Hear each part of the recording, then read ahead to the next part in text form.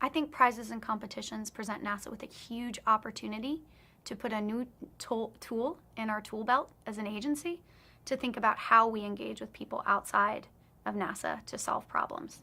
So traditionally, we've had a few different ways that we've worked with folks outside of NASA: contracts, grants, Space Act agreements.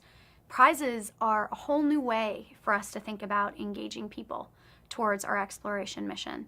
So I would hope that we would leverage prizes a lot more in the future to think about allowing people outside of government to come and work with us in new and interesting ways that they haven't had an opportunity before because they're not a registered contractor or an eligible grantee or a member of a university at this time in their life.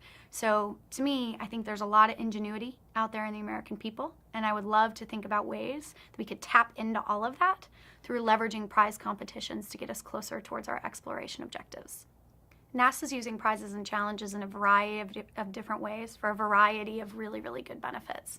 The three primary benefits that we're seeing at NASA include bringing new perspectives and new disciplines to bear on problems that we've had for a long time, number one.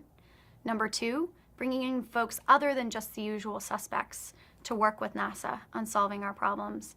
And third, really, really seeing cost effectiveness and leverage on taxpayer dollars so we're getting maximum bang for our buck on the money that we're spending.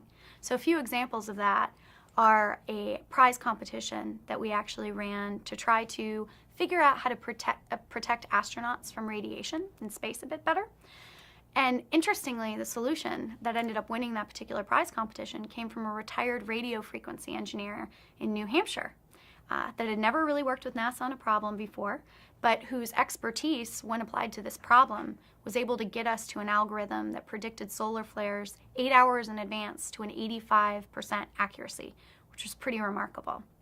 There are many, many other examples of NASA seeing great results from our use of prize competitions. There are several ways actually now that the public can get involved. We have several platforms that the public can visit and participate in NASA prize competitions. One is called the NASA Tournament Lab. The second is the NASA Innovation Pavilion.